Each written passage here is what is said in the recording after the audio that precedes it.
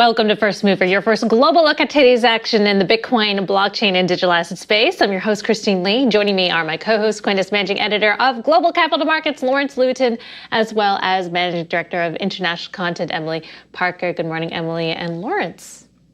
Hey, good morning. How are you? Very well. Bit of a retreat we're seeing in Bitcoin right now. Let's take a look at the CoinDesk Bitcoin price XBX index right now trading at $59,125. Bitcoin is down about 1.8% over the past 24 hours, and the CoinDesk Ether price ETX index is trading at $4,164. ETH is down about 1.6%. The new DFX, CoinDesk's DeFi index, is at 553 points, down almost 3% over the past 24 hours. The most reliable reference prices for institutions since 2014 are now published under the CoinDesk brand, trusted globally as the leader in crypto news, events, and data. So, Lawrence, Bitcoin retreating below $60,000. What's going on? It's fewer buyers than sellers. I mean, I keep saying stuff like that, but in fact, that is kind of what's happening. And the reason you could tell that is, as Dominic Dantas pointed out in his most recent piece, is that we're seeing a decrease in the amount of leverage. That actually is a good thing in the sense that when we had this sort of high leverage back in the spring and this sell-off that came subsequent to those previous highs, it was a massive liquidation, and that caused prices to plummet. We're not seeing quite that. If you notice, we're kind of having this gentle move down $1,000 every day or so. Well, at the same time, these massive plummets. You can't get away from crypto right now. It's everywhere. I'm seeing it on ads. Matt Damon's talking about it, and now the Staples Center is being renamed to Crypto.com. Emily, pretty massive. Yeah, I mean, it's definitely a massive investment. I think it's $700 million over the next 20 years. So that's a pretty big investment in branding. I mean, it's interesting. It's clearly had an impact on the actual token price, but I don't know if this will actually change people's views of crypto. I guess, if people have to say, okay, I'll meet you at the Crypto.com center or something, they have to say the word crypto, and maybe that will increase awareness. I assume that's part of the mission. My goth friends are already calling it the crypt. And we have dueling crypto billionaires, Crypto.com, FTX, trying to get the name out there, and all for bringing mass adoption to crypto. So interesting to see. All right, predictions market, Kalshi adding former CFTC Commissioner Brian Quintenz to their board of directors. You can make bets on everything from the weather to legislative lawmaking on Kalshi. And just last November, the platform received CFTC approval to become a designated contract market. Joining us now to discuss is Brian Quintenz. Hello there, Brian. Thanks for coming on to the show this morning. So in September, you joined Andreessen Horowitz as a part-time advisor. What are you hoping to achieve in this new role? Thank you, Christine, Lawrence, Emily. It's great to see you again. I've always been fascinated with prediction markets. I've always thought that open markets and free markets are an incredible source of information and price discovery for the economy, for businesses, for society as a whole. And Kalshi, as the first regulated, true, dedicated prediction market, I think is going to provide that opportunity to market participants, the media, and society through a regulated venue, which I'm very proud to be a part of. Brian, congratulations on your new role. Given that you are a former regulator, that has some advantages in that you can probably speak a little bit more openly about regulatory matters. So let's just have some real talk here. Like, what do you see as the biggest regulatory challenges right now in the United States? I mean, do you think that the U.S. is really doing well in terms of crypto regulation, and where do you see the most problematic areas? Well, I think I would like to see it do better.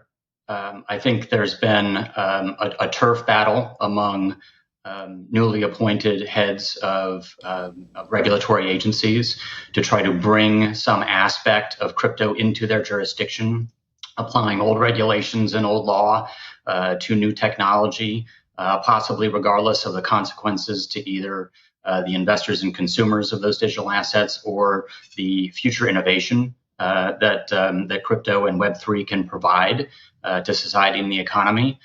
So I'd like to see a more thoughtful, coordinated approach, one that doesn't just look at existing authorities and try to fit, a square peg into a round hole. I would like to see Congress be more engaged. I think this is an opportunity for Congress to provide the deliberation that it was meant to over significant policy issues in a way that puts members of Congress on the record and face accountability for their actions. And hopefully that accountability is positive because they've done something that is productive for this innovation.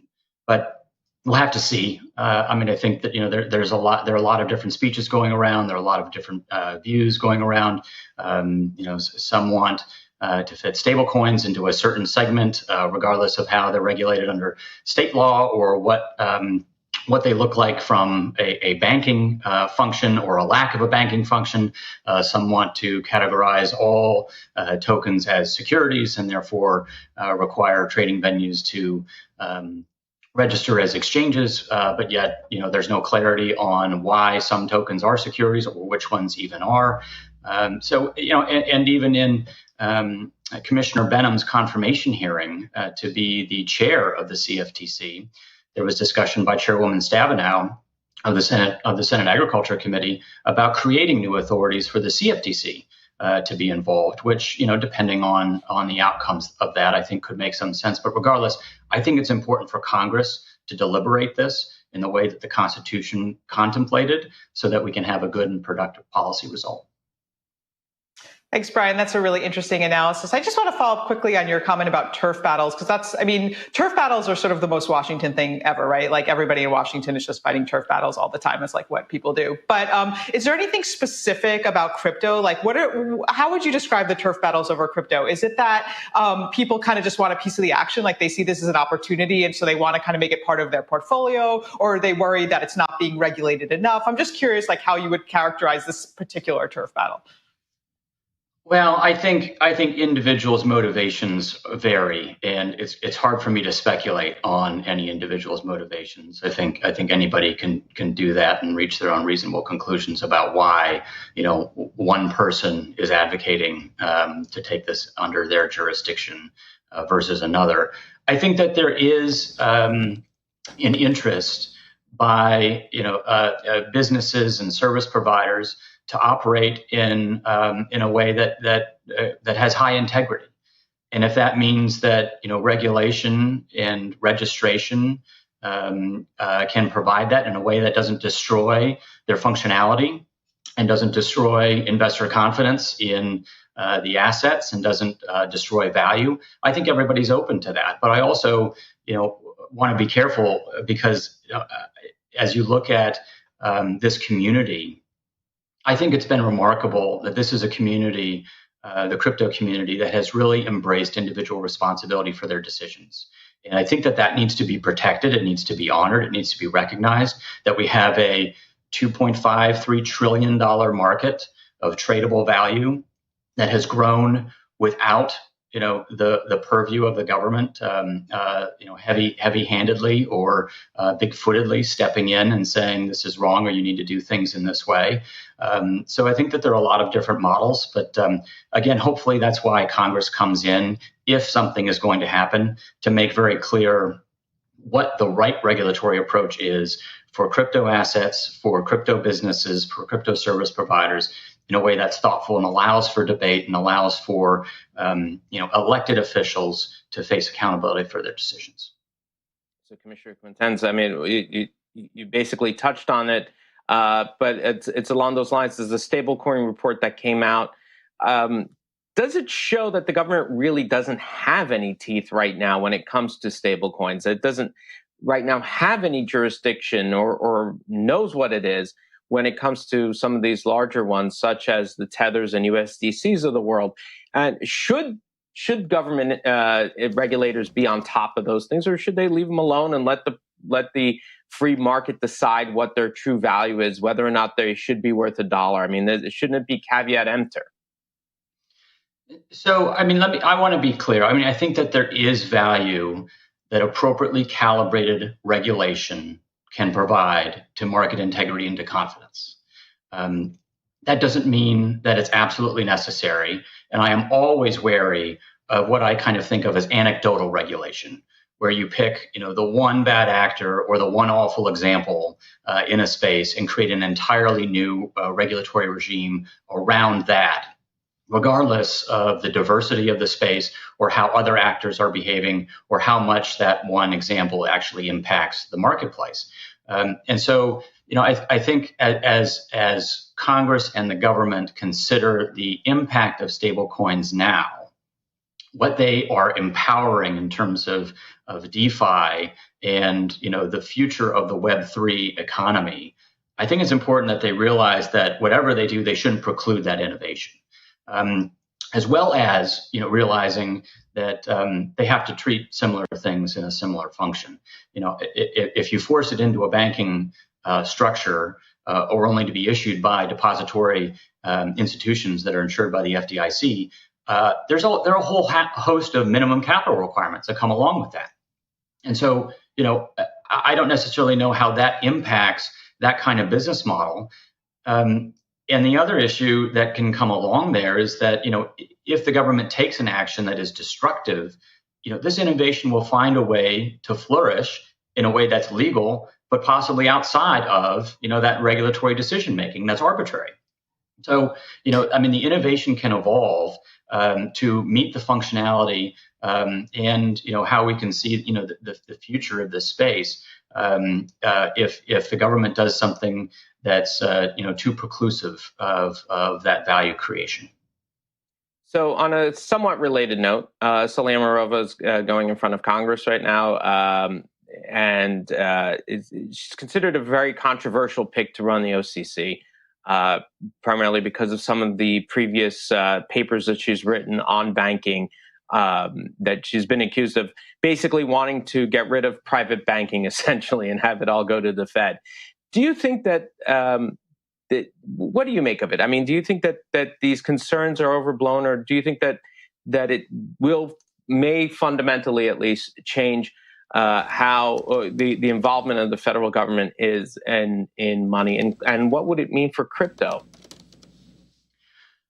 Well, as someone that went through the confirmation process twice, actually, I think that anyone needs to be expected to answer for their record, to the extent that they have a record and to the extent that they put themselves out there publicly, espousing certain beliefs or discussing, certain frameworks.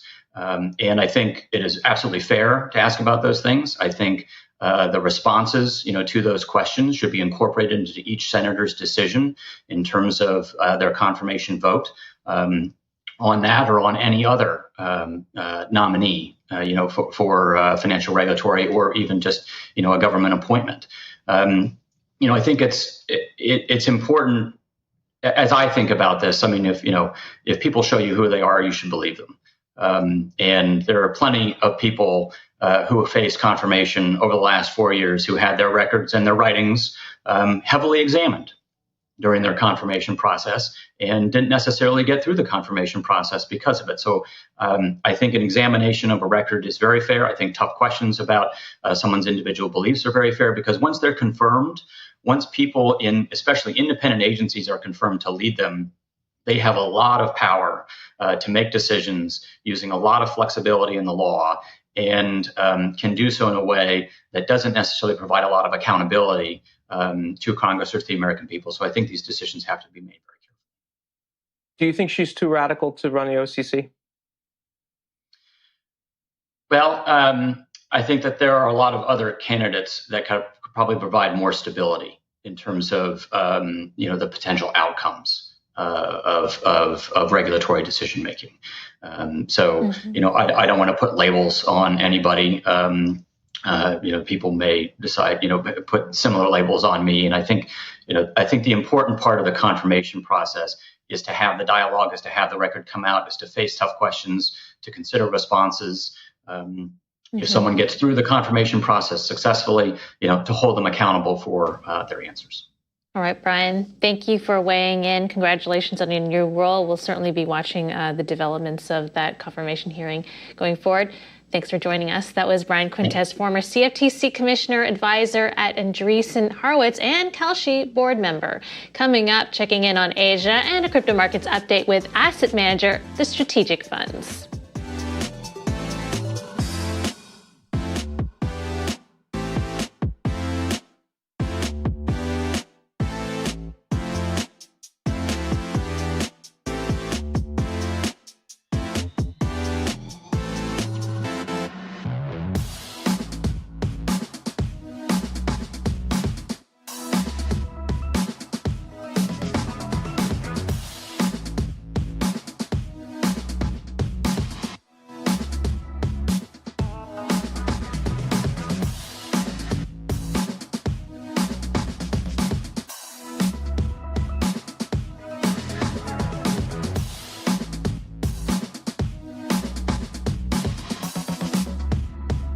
Time now for the daily forecast, an update on what's happening in the Asia crypto markets. Here's Angie Lau of Forecast News. Welcome to the Daily Forecast, November 18th, 2021. I'm Angie Lau, Editor-in-Chief of Forecast News, covering all things blockchain. Well, Bitcoin's Taproot upgrade offers greater privacy and better efficiency, but will it change how investors view Bitcoin in the long run? We're going to take a look at that and a whole lot more coming up. Let's get you up to speed from Asia to the world. Well, let's kick off with some of the top stories out of Asia today. New York-based Bitcoin mining company BitDigital says the exit of its mining fleet from China is now complete, with all of its miners having arrived in North America. The company started the migration back in October 2020, but accelerated the move after China's clampdown on the sector began earlier this year. And over in South Korea, the National Tax Service, or NTS, seemed to be courting controversy by changing the way crypto-related businesses are categorized. Now, at the moment, these unregistered firms are categorized as software developers. But the NTS has told local tax offices to reclassify these South Korea businesses as virtual asset operators. And the reason this has upset the industry there is that many of these firms are struggling to comply with the latest crypto regulations in South Korea and can't even get accredited by the government there as licensed crypto businesses. And that could make the road ahead for them essentially untenable, putting them all out of business. You can find out more on those stories and a whole lot more at forecast.news. All right, taking a look at the new economy now, where every week we take a deeper dive into the current crypto landscape, the opportunities, the challenges, and we explore the hottest questions in crypto right now. In the hot seat once again, Michael Wu, CEO and founder of Amber Group. Okay, this week, Michael, Bitcoin's Taproot update has finally gone live. What exactly does the update do for the coin and its users? Taproot is very exciting for the Bitcoin community and broadly for the cryptocurrency industry. To simplify, it essentially is a major upgrade that will allow better transaction privacy and efficiency on the Bitcoin network. And more importantly, it will then unlock more power for smart contracts on Bitcoin, which means developers can start to build what we call layer 2 applications. Okay, so how will this update change the way Bitcoin is used in real life then? Do you see this dramatically increasing the uptake on Bitcoin given its impact on smart contracts? Bitcoin, as of right now, is recognized both within the crypto community and for the broader investor community as mostly a storage of value. Digital gold is the easiest way to put it, probably. However, with that said, we are already entering a multi-chain world. I think there are a lot of protocols that are going to be specialized in different areas of the decentralized economy or what we call the Web 3.0 economy. In Bitcoin's case, I think the Taproot will enable and unlock some further utility on the network.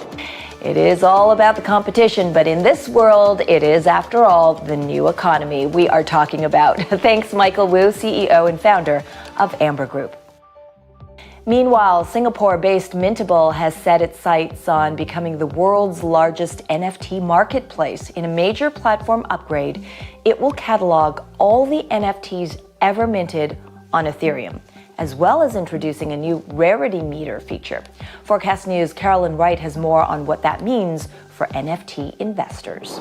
Mintable's new rarity meter puts NFTs in categories ranging from common to holy grail, according to how unique their attributes make them. Users will also be able to see information on an NFT's transaction history, as well as seller reviews. The platform's founder and CEO told Forecast News that such information is vital for appraising an NFT's value. You need to be empowered when you're on the page so that you can make an informed decision of like, look, in some cases, you're spending more money than it costs to buy a car, but you don't get any information, right? And so we want to provide every bit of information we can because you're doing a $20,000, $50,000, $100,000 purchase. You need to know everything. For Forecast News, I'm Carolyn Wright. And that's the daily forecast from our vantage point right here in Asia. For more, visit forecast.news. I'm Editor-in-Chief Angie Lau. Until the next time. The Crypto Markets Update is presented by Grayscale, the world's largest digital currency asset manager.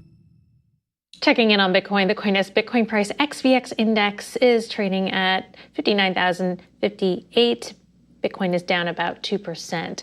The CoinDesk Ether price ETX index is at $4,160. ETH is down about 1.7%. And the new DFX CoinDesk DeFi index is trading at 553 points. DeFi is down almost 3% over the past 24 hours. Joining us now to discuss the crypto markets is Marc Lopresti, co-managing director and member of the board at Strategic Funds. Hello there, Marc. So Bitcoin is below that $60,000 psychological threshold. What's the new support and resistance?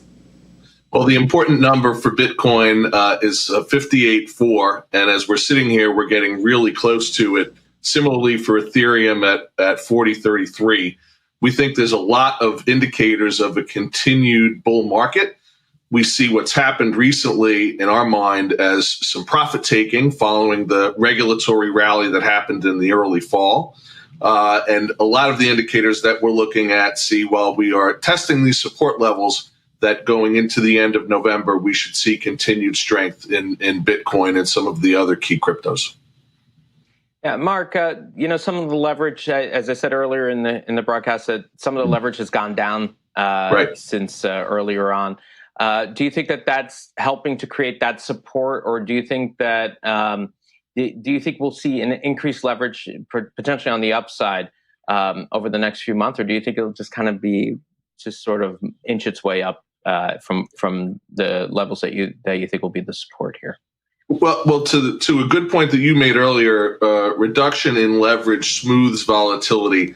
I think that's a good thing, not only for institutional, but for retail holders as well. I think that pattern will continue as we see less leverage usage, whether we inch or we sort of leapfrog along the way, as we've seen Bitcoin do. I think we're going to see continued upside, looking at the fear and greed index and the holder index and all of these metrics that we use to determine medium-term price patterns do continue to indicate bullish sentiment. So if you look at the price chart on CoinDesk, it's basically a sea of red. Even though all these coins are supposedly have different use cases and different functions and different communities, what's that about? Why is everything moving in tandem? I mean, shouldn't we be at a point of sophistication now where like these different coins have like different trajectories? Yeah, what one would think, and that's a really, really good point. I would argue that apart from sort of a rarefied group of the top 10% or so, it starts to get hard to talk really about comparable use cases. And of course, Bitcoin in and of itself is in a class of one, as I often say on broadcasts like this. We did see in the beginning of the fall some breakaway of Bitcoin and the other cryptos not sort of correlating in tandem as we're seeing recently. I think as the market continues to become more sophisticated, as we continue to see the institutional inflows, particularly as it relates to Bitcoin. We saw a little bit of what I referred to as a flight to quality in Bitcoin in the beginning of the fall, which was a large part of what drove the upside price movement in Bitcoin. But I think you will start to see more a separation, if you will, and not that highly correlated price movement of crypto in general. Do you think that this whole idea of profit taking, though, I mean, we're coming up towards the end of the year. Is there any reason for fund managers to take profits right now? Given that no one's really looking at realized profits, they don't really care so much as they just want to see what the returns are on December 31st. Do you think that what's the incentive to sell out here? Yeah, I mean, listen, these are trends, great question. These are trends that are developing in real time here, right? When we talk about the asset management business around crypto, you don't have the same behavior patterns as you do with equity and traditional security related funds that have that, end of year selling and profit taking. I don't think we're not currently considering that as being a significant element of pressure on Bitcoin or other crypto price movements as we go towards the end of the year. But it'll be interesting to see as the asset management industry continues to mature around the crypto space. What do you make of the meme coins and what they say about the overall crypto markets? I see SHIB is down almost 9%. Dogecoin is down about 3%. Yeah, well, we tend to avoid those when it comes to our own portfolio. It's look, the meme, the Reddit revolution, as I like to call it, it's had its impact on equities as well as on crypto. I get asked this question a lot when I speak at conferences. We do a lot of speaking to retail investors at conferences. I give warnings about those kinds of coins because there's no fundamentals behind their price movement. It's driven entirely by the activity of the influencers and the Reddit rebellion. I think the significant deflation that we've seen in Shiba is a long time coming. Maybe not in terms of crypto years, but we tend to stay away from that stuff. All right, great. Mark, great analysis. Thanks so much for joining us. Appreciate your insights. That was the Strategic Funds Co-Managing Director, Marc Lopresti. Coming up, web browser Brave steps up the competition for crypto wallets, and checking in with CoinDesk Global Policy and Regulation Managing Editor, Nick Day. When we say we want to reimagine money, it turns out we're going to the heart of the matter. Imagination has always been a key part of what money is. Imagination in the form of cultural creativity is also something that the cryptocurrency community has in spades. And to the outsider, that can be a reason to dismiss it as frivolous, as something built on nothing. To dismiss it for these reasons, though, is to ignore that all money is imagined.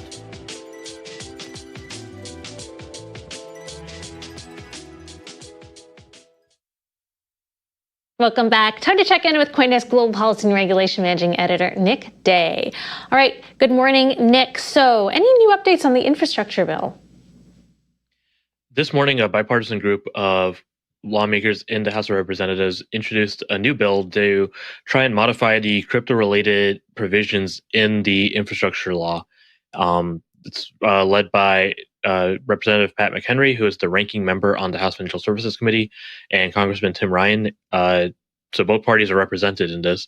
It was introduced this morning, and a similar bill seems to have been teased by Senator Cynthia Lummis last night on Twitter.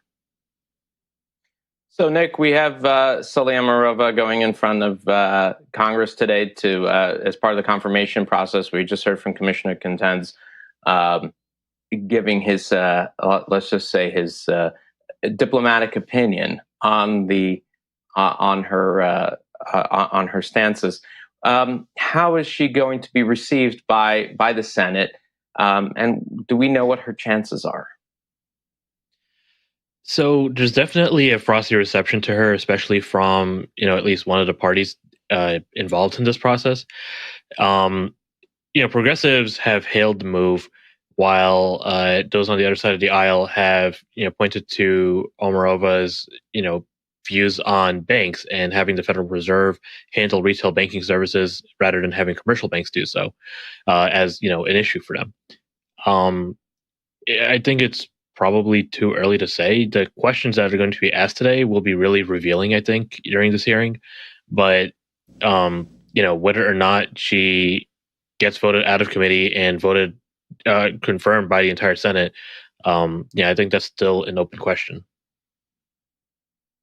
So, Nick, these attempts to change these controversial provisions in the infrastructure bill, if you had to guess, how likely are they to work? Because these provisions, I don't even see how they would work in practice, like if they stay, right? How likely are they to be changed? Yeah, I also think it's a bit too early to say.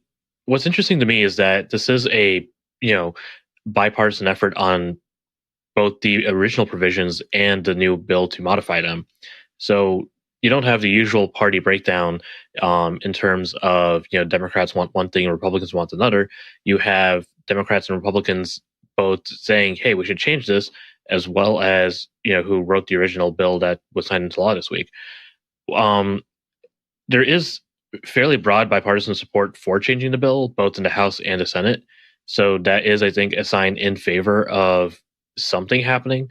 But whether or not the Congress has time to get through this bill right now, in the weeks that they have left before Christmas vacation, I think that's the one big question right now. They're looking at issues like the National Defense Authorization Act and other major bills that might suck up a bit more of the oxygen than this bill to modify a couple provisions in the infrastructure law could.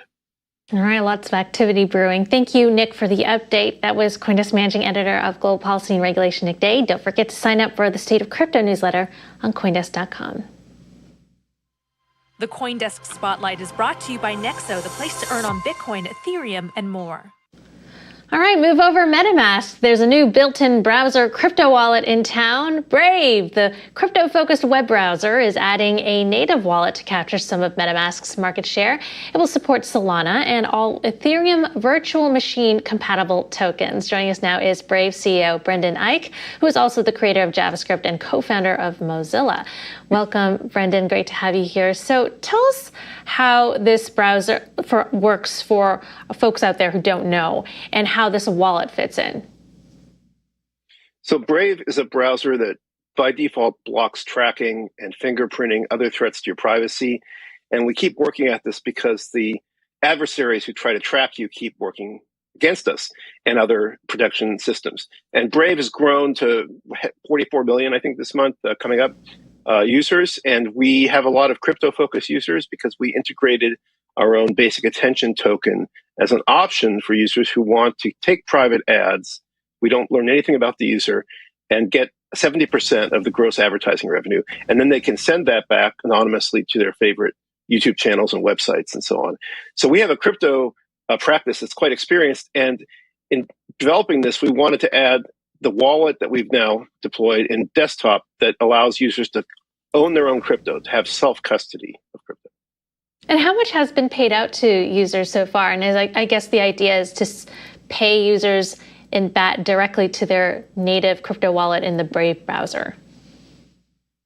Well, we have a regulatory constraint on that, but we do pay out users every month. You can see that on brave.com/transparency. So we've paid out millions of BAT every month, and we're growing that cohort of users who get paid. But that's an optional user cohort. And with Brave, everything is about the users. So users who want to do their own trading with their own crypto assets can now use the new wallet to do so. And this is a wallet that's built into the browser, so we think it offers greater convenience and security. Brendan, for this latest project, what made you choose Solana out of all the other blockchains out there? So I know the founders quite a while now, and we were already working with them. Some of our own employees are using DeFi on Ethereum and Solana, and their testimony was compelling. The fees on Ethereum are just too high, and some of them are doing NFTs as well, where the fees are quite high. Solana is fast and inexpensive, and it has a growing community of DeFi projects and others doing very interesting things. So our approach is multi-chain. We're not picking a winner. We're not saying, goodbye Ethereum, where basic attention token started and still is useful. We're saying, let's add chains, and basic attention token is already available on Solana through the wormhole bridge if you've looked at wormholecrypto.com. So, Brendan, first of all, I just want to thank you for JavaScript as somebody who's had to struggle through PHP, and build something through that. So I tip my hat to you. But you're talking about BAT, and it's definitely and Brave, and that's a consumer-centric model. But you're coming up against the likes of Facebook and Google, who have about 80-90% of the advertising market. How do you attract advertisers going against a duopoly like that? The same way we grew Firefox, or originally Mozilla, from a very small share after Internet Explorer took over the market. That's by appealing to lead users who are always the stubborn minority that can move markets in new directions. And now that means crypto users, it means privacy-conscious users who want to shield themselves by default. And those users are off the grid for advertisers. So when we go to advertisers, we have a direct ad sales team for our private ads. They see our users as valuable, crypto-savvy, high socioeconomic status, but not available to the tracking superpowers like Google and Facebook. So it's a boutique audience, but it's growing beyond that because the global wave in favor of privacy is still rising. Nonetheless, I mean, what do you make of DM with the Facebook's attempts at a stablecoin? Do you think that it will eventually I still call it Libra. Be a threat? Libra, yeah, sure. Yeah, I mean, or whatever, Nova. I forgot what they were Meta, calling it. Facebook, Libra, Meta, DM. Yeah. They've gone through more identity changes than a terrorist. What do you think of? What do you think of it in general? Do you think that they're a threat to BAT and to Brave? Do you think they'll succeed with this project? No, I'm not bullish on that. I think they've had enough troubles just as the shows and the sort of time it's taken because they had some severe critics in the U.S. Congress and the Senate. But more than that, they're not able to give up 70% of the gross revenue to their users. If they did that, it would be materially adverse to their share price, which they're fiduciaries of. So I feel the incumbents, Facebook and Google in particular, or Meta and Google, are kind of stuck on this high mountain they've conquered, and the landscape around them is shifting. And we want to build for the future, the new continent that's rising, and that's based on privacy and crypto. And that's hard for them to do because it means they're going to have to share more revenue. They're going to have to give up the ability to surveil their users. It's got to have a bottom line effect on them. What do you think will happen to the incumbents in the Web3 revolution, if you will? Well, first, they're in a bunch of antitrust pain, allegedly.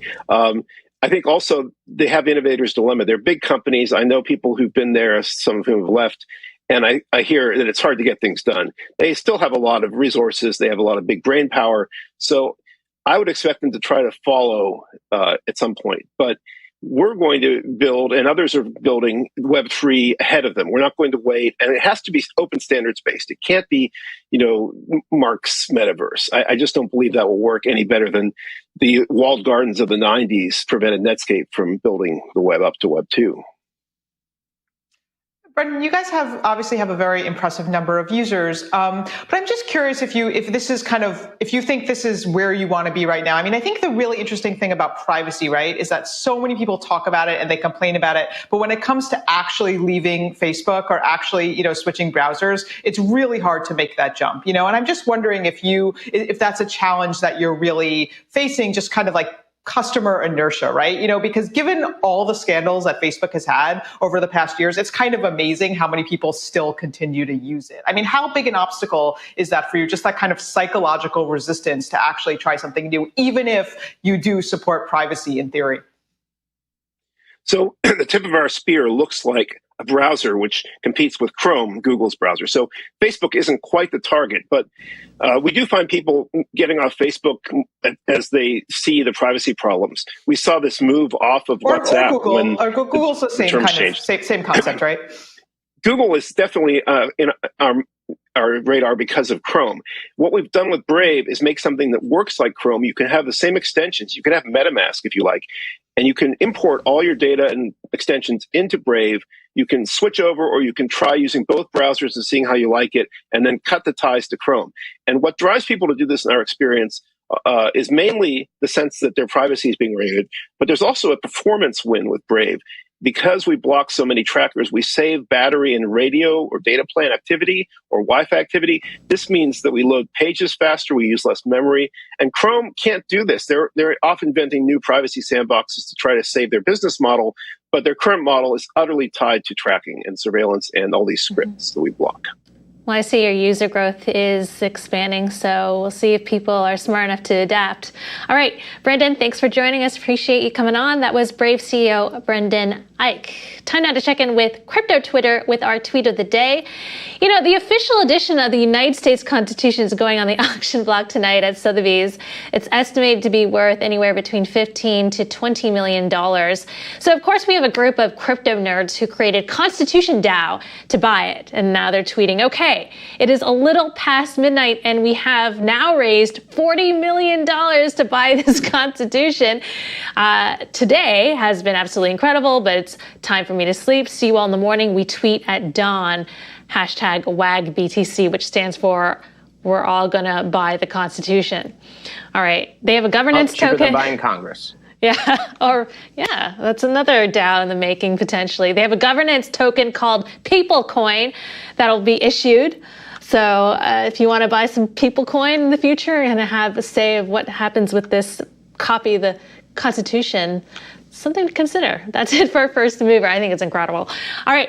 Thank you, Emily Parker and Lawrence Lewitton. I'm your host, Christine Lee. I'll be back live at 3 p.m. with All About Bitcoin. Coming up at noon is The Hash. You're watching CoinDesk TV.